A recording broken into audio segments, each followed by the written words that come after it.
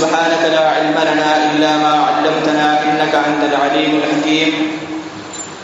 الصلاة والسلام عليك يا سيدي يا رسول الله، خذ بيدي قلت حيلتي أدركني مرادي يا رسول الله يا شفيع المذنبين. اللهم صل وسلم وبارك عليه. رب اشرح لي صدري ويسر لي أمري واحلل عقدة من لساني يفقهوا قولي. رضينا بالله ربا وبالإسلام دينا وبسيدنا محمد رسول الله صلى الله عليه وسلم نبيا ورسولا وبشيخنا محي الدين عبد القادر الجيلاني قدس الله سره العزيز شيخا ومرشدا. புகழனைத்தும் ஏகவல்லோனாம் அல்லாஹ் ஒருவனுக்கே உரித்தாக. அவனின் சாந்தியும் சமாதானமும் நம் உயிரினும் மேலான கண்மணி நாயகம் முஹம்மது ரசூலுல்லாஹி ஸல்லல்லாஹு அலைஹி வஸல்லம் அன்னவர்கள் மீதும், அன்னவர்களின் சத்திய வழியை சென்றும் சருகாமல் பின்பற்றிய சத்திய சஹாபாக்கள், தாபியீன்கள், தாபியீன்கள், நல்லவர்கள், நாதாக்கள், சுஹதாக்கள், குறிப்பாக ஜுமாவுடைய தொழுகைக்காக வேண்டி முன்கூட்டியே வருகிறத்திற்கும் நம் அனைவரின் மீதும் இன்னும் வர இருக்கும் அனைவரின் மீதும் அல்லாஹ்வின் சாந்தியும் சமாதானமும் என்றென்றும் வந்து சேரட்டுமாக. ஆமீன். சங்கைக்குரிய அல்லாஹ் தஆலாவுடைய மேலான நல்லடியார்களே, நாம் இருக்கக்கூடிய இந்த ஜும்ஆ துல்ஹஜ்ஜுடைய மாதத்தின் 2வது ஜும்ஆவிலே நாம் இருக்கிறோம். அல்லாஹ் தஆலா இந்த ஜும்ஆவுடைய நாளின் பொருட்டினால் நாம் செய்த எல்லா விதமான நல்ல அமல்களையும் கபூல் செய்தருள்வானாக. நாம் செய்த அமல்களில் இருக்கக்கூடிய குறைகளை நிவர்த்தி செய்து அதை பரிபூர்ண அமலாக அல்லாஹ் தஆலா தருவானாக. நாம் செய்துவிட்ட அனைத்து விதமான சிறிய பெரிய பிழைகள், பாவங்கள் அனைத்தையும் அல்லாஹ் தஆலா எல்லா விதமான சூழ்நிலைகளிலும் சந்தர்ப்பங்களிலும் அதை மறைத்து மன்னித்தல் புரிவானாக என்ற நல்ல துஆவுடன் தொடங்குகின்றேன். சங்கைக்கும் மிகுந்த மேன்மைக்கும் உரிய அல்லாஹ் தஆலாவுடைய மேலான நல்லடியார்களே, நாம் இருக்கக்கூடிய இந்த துல்ஹஜ்ஜுடைய மாதத்தில் இஸ்லாமிய வரலாற்றில்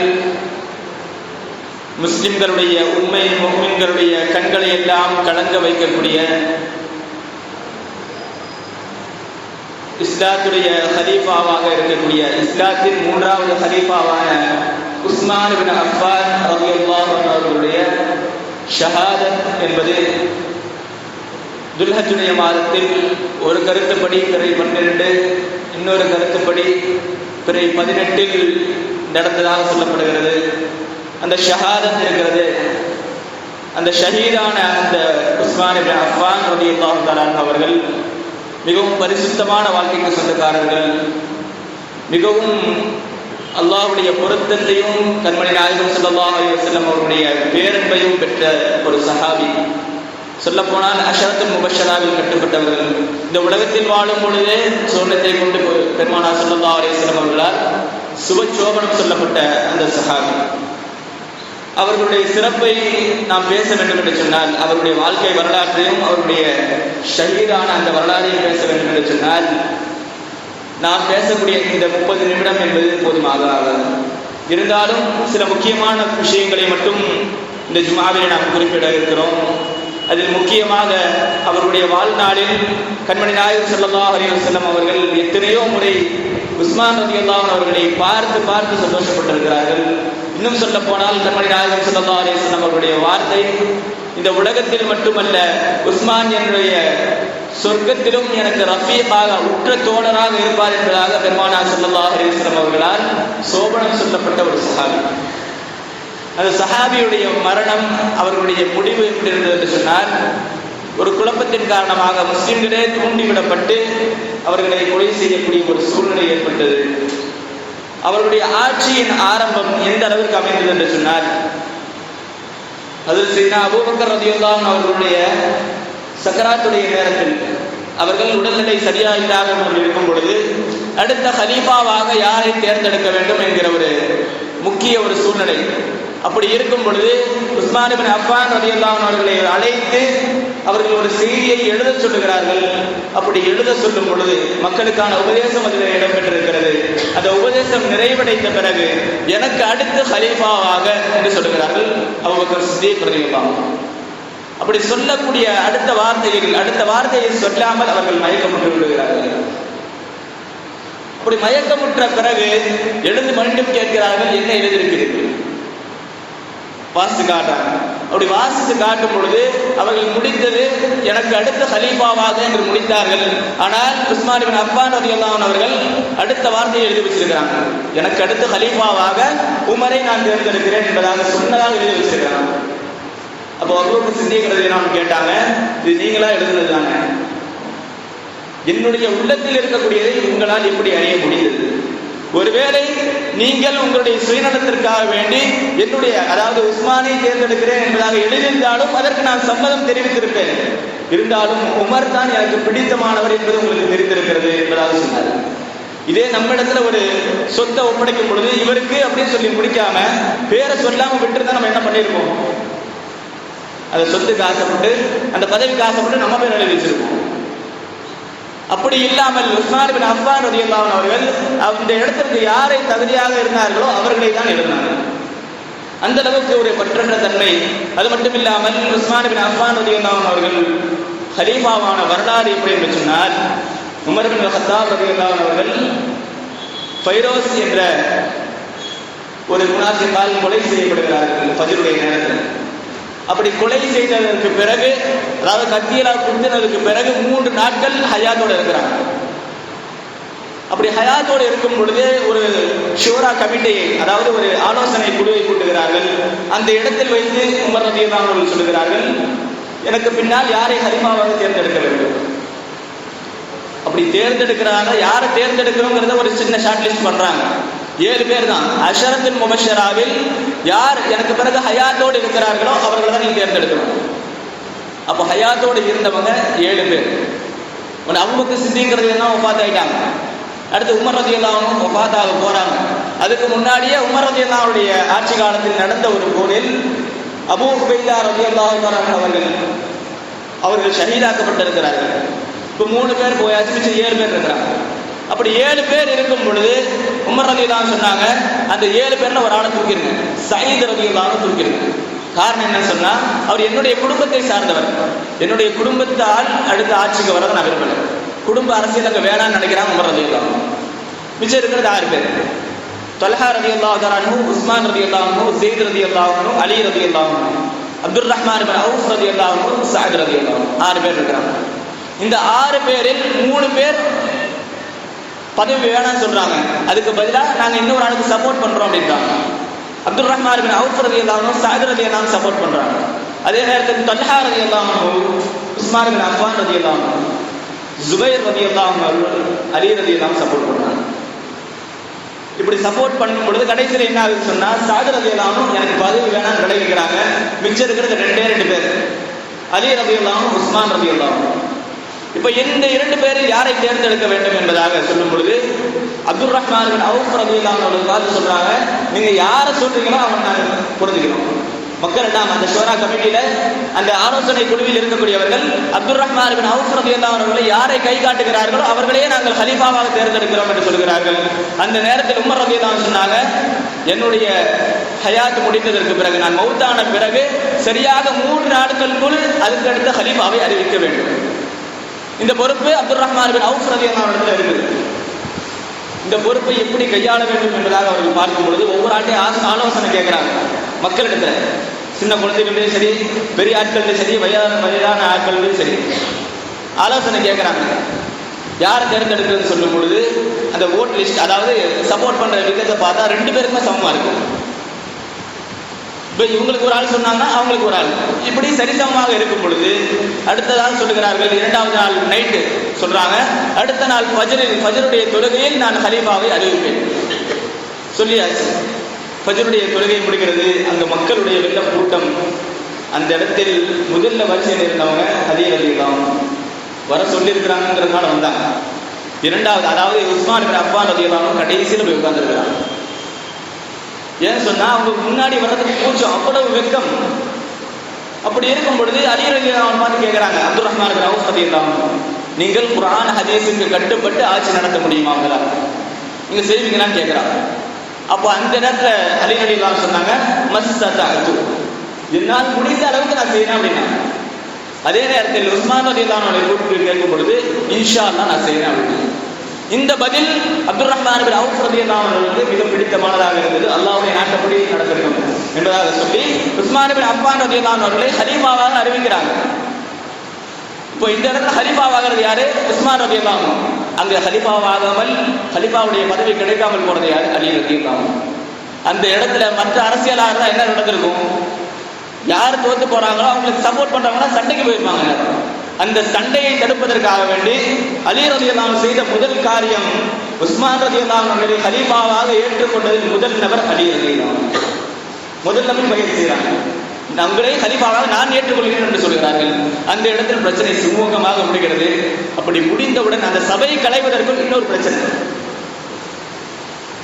பதவி எடுத்து ஒரு 3 மணி நேரத்தில் ஒரு தீர்ப்பு சொல்லணும்னு சொன்னா எப்படி இருக்கும்? 3 மணி நேரம் கூட இல்லை. அந்த சபையிலே வச்சு, அந்த ஃபஜ்ருடைய சபையிலே வச்சு ஹலீஃபாவாக ஆகிறாங்க. அந்த இடத்துல ஒரு வழக்கு வருகிறது. என்னவென்று சொன்னால், உமர் ரலியல்லாஹு அன்ஹு அவர்களை கொலை செய்தது ஃபைரோஸ். அந்த ஃபைரோஸுக்கு தூண்டுதலாக இருந்தது ஹுர்முசான் என்று சொல்லக்கூடிய ஒரு தலைவர். அதாவது கலிமா சொன்னவன், சொல்ல போனான் கலிமா சொல்லி முஸ்லிம்களை போன்று ஏமாற்றிக் கொண்டிருந்தவன் ஹுர்முசான். இந்த ஹுர்முசான் எப்படிப்பட்டவன் சொன்னா, பாரசீக நாட்டுடைய தளபதி. அவரை உமர் ரலியல்லாஹு அன்ஹு அவர்கள் வீழ்த்தி மதீனாவுக்கு கைதியா கூட்டிட்டு வராங்க. அப்படி கைதியாக கூட்டிட்டு வரும் பொழுது கேவலப்பட்ட அவன் அந்த விரோதத்தை, அந்த குரோதத்தை மனதில் வைத்துக் கொண்டு ஃபைரோஸை தூண்டி விடுகிறான். ஃபைரோஸ் கொலை செய்கிறான்.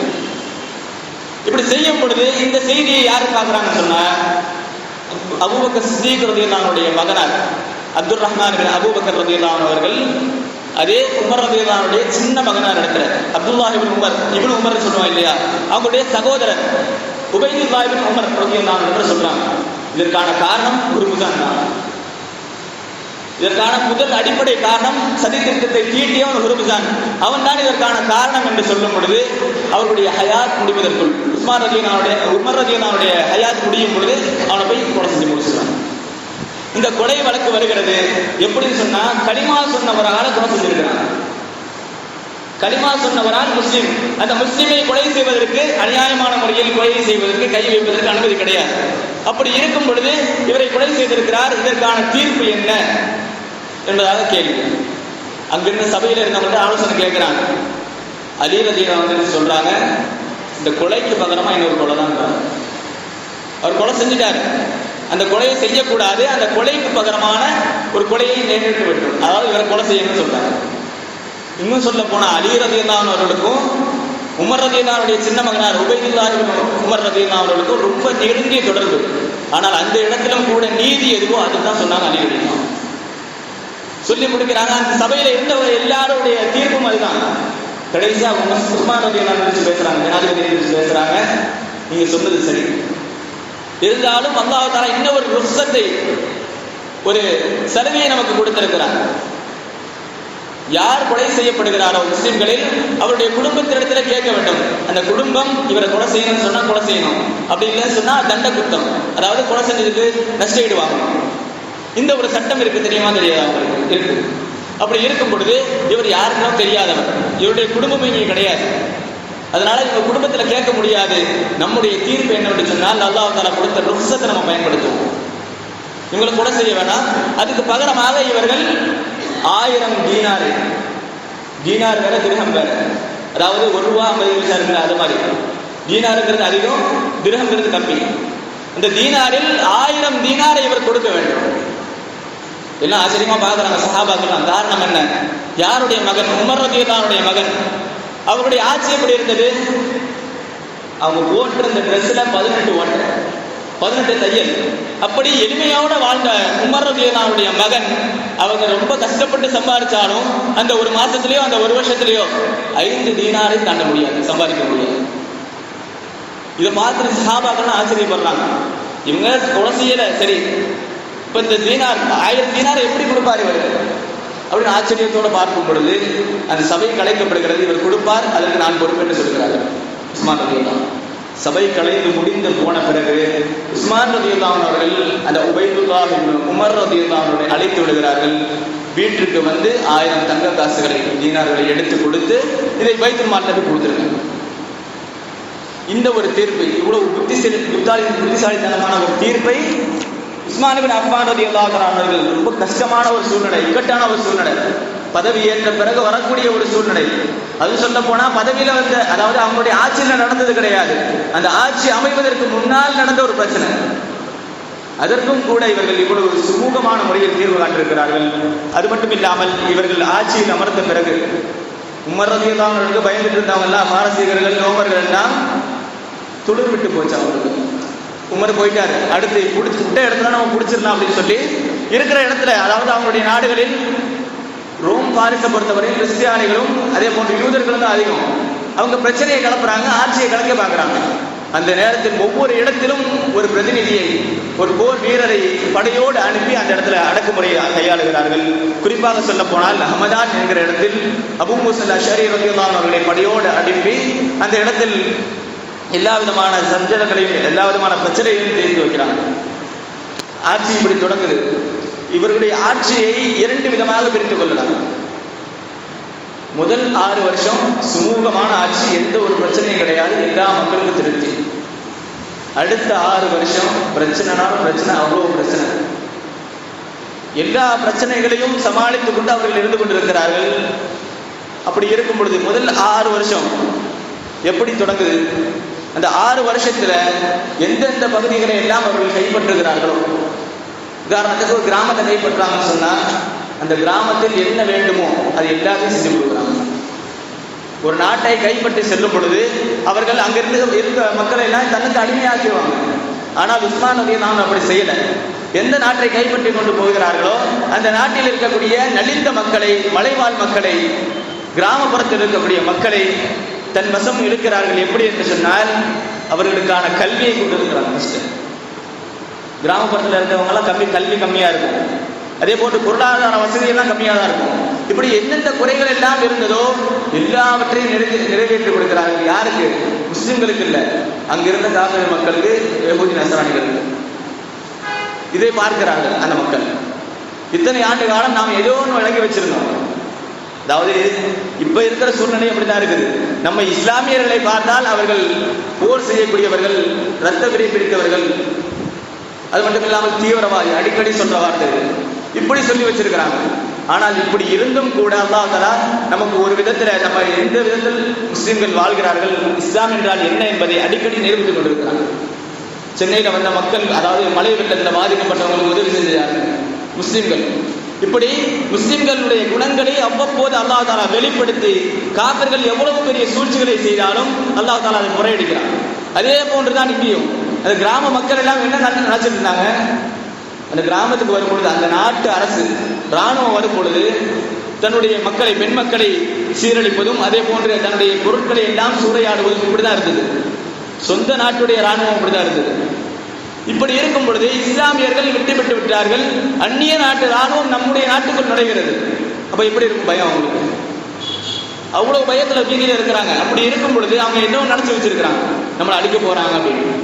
ஆனா வந்த விதம், தலை குனிந்தவர்களாக படையெடுத்து வர்றாங்க, உள்ள ஊருக்குள்ள வராங்க, தக்பீர் சொல்லிட்டு வராங்க. யாரையும், எந்த ஒரு பெண்ணையும் ஏறெடுத்து பார்க்கவில்லை. இவ்வளவு பணிவோடு வந்து நடந்து செல்கிற, இன்னும் மக்களிடத்துல சகஜமான முறையில் பேசுகிற, பணிவோடு நடந்து கொள்கிற அந்த முறையை பார்த்த உடனே இதுதானா இஸ்லாம்? எங்களுக்கு இதுக்கு முன்னாடி எல்லாம் இவங்க ரத்த வெறி பிடித்தவங்க, எங்களை அடக்கி ஆளக்கூடியவர்கள், எல்லாத்தையும் கொலை செய்யறவங்க சொல்லி வச்சிருந்தாங்க. ஆனா இதுதானா இஸ்லாம் அப்படின்ற ஆச்சரியப்படக்கூடிய அளவிற்கு உஸ்மான் ரலியல்லாஹு அன்ஹு ஆட்சி காலத்தில் நடந்த போர்கள் அவ்வளவு சுவாரஸ்யமாகவும் அவ்வளவு பணிவோடும். முக்கிய நோக்கம் மார்க்கம் செல்ல வேண்டும். இன்னும் சொல்ல போனால் பல பகுதிகளில் கைதியாக பிடிக்கப்பட்டவங்க இல்லையா, ஒரு கைதியை பிடிச்சிட்டு வந்தா அந்த கைதியை எப்படி நடத்துவோம்? அந்த கைதியை காபிராகவும் தவறு செய்தவனாகவும் தான் நடத்துவோம். அதே நேரத்தில் உஸ்மான் இப்னு அஃபான் ரலியல்லாஹு அன்ஹு செய்த செயல், அந்த கைதியை பிடிச்சிட்டு வந்தவன்னு சொன்னாங்க போர் வீரர்கள்ட்ட, அந்த கைதிகளை ஏன்ட்ட ஒப்படைச்சிருங்க, அவங்க மேல எதுவுமே கை வச்சிடாதீங்க. அந்த கைதிகளிடத்தில் நீங்கள் பேசுவதற்கோ உங்களுடைய கோபதாபங்களை காட்டுவதற்கோ உங்களுக்கு அனுமதி இல்லை, அவங்க ஏன்ட்ட ஒப்படைச்சிருங்க.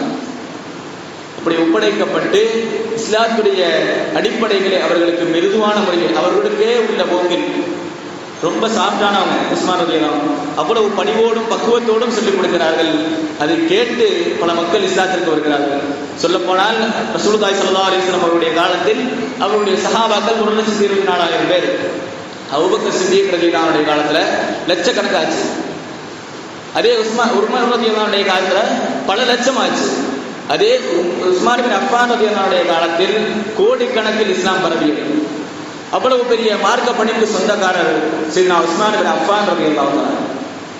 அவ்வளவு மார்க்க பணிகளையும், அதாவது இன்னும் சொல்ல போனா அந்த போர்ல இருந்து கிடைக்கிற பொருட்கள் இருக்கு இல்லையா, அது எதுக்கு பயன்படுத்துறாங்கன்னு சொன்னா போர் வீரர்களுக்கு ஒரு பங்கு, அதுல கிடைக்கிற மிச்சத்தை பொது சேவைகளுக்கு உஸ்மான் ரலியல்லாஹு அன்ஹு பயன்படுத்துறாங்க. ஒரு நாட்டில் ஒரு பாலம் தேவைப்படுதா, அதை செஞ்சு கொடுப்பாங்க. ஒரு நாட்டில் தண்ணீர் வராமல் இருக்குதா, அந்த தண்ணீருக்கான வழிகளை செய்து கொடுப்பார்கள். இப்படி பொதுமக்களுக்கு, அவர்கள் முஸ்லிமாக இருந்தாலும் சரி காஃபிராக இருந்தாலும் சரி, பொதுவான முறையில் பொது ஜனங்களுக்கான ஆட்சியை கண்டவர்கள் உஸ்மான் ரலியல்லாஹு அன்ஹு. இன்னும் சொல்ல போனால் அவருடைய செல்வத்தை முழுக்க முழுக்க அல்லாஹ்வுடைய ரசூலுடைய பாதையில் செலவழித்தவர்கள் உஸ்மான் ரலியல்லாஹு அன்ஹு.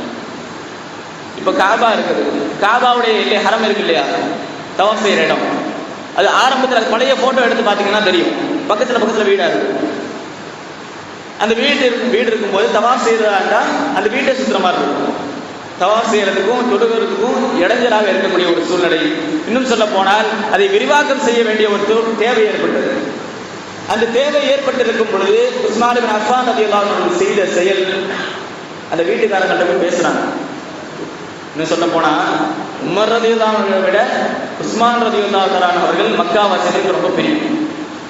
உமர் ரலியல்லாஹு அன்ஹுடைய ஆட்சியை விட உஸ்மான் ரலியல்லாஹு அன்ஹுடைய ஆட்சி ரொம்ப பிரியமா இருந்தது. காரணம் என்ன சொன்னா, உமர் ரலியல்லாஹு அன்ஹு அவர்கள் ஃபத்ஹ் மக்காவின் போது நடந்து கொண்டது நமக்கு தெரியும்.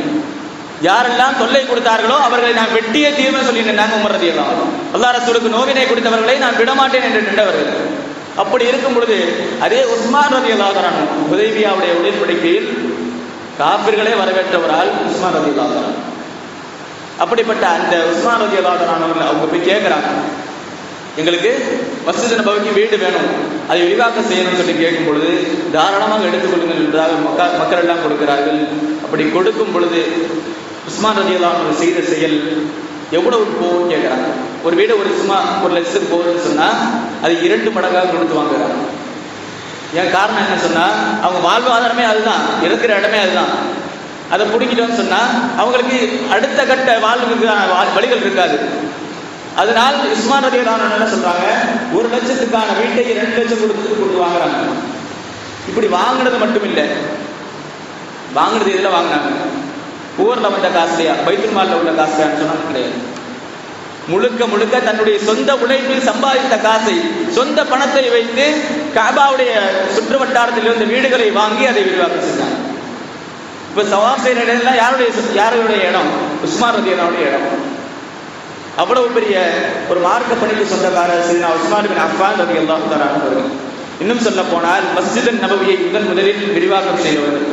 ஹிஜ்ரி 29 இதே போன்ற மஸ்ஜித் நபவியில, அதாவது மக்கள் எல்லாம் இஸ்லாத்தை சாரையாக ஏற்றுக்கொள்ளும் பொழுது மக்காவிற்கும் மதீனாவிற்கும் வருகை தரக்கூடியவர்கள் அதிகமானாங்க.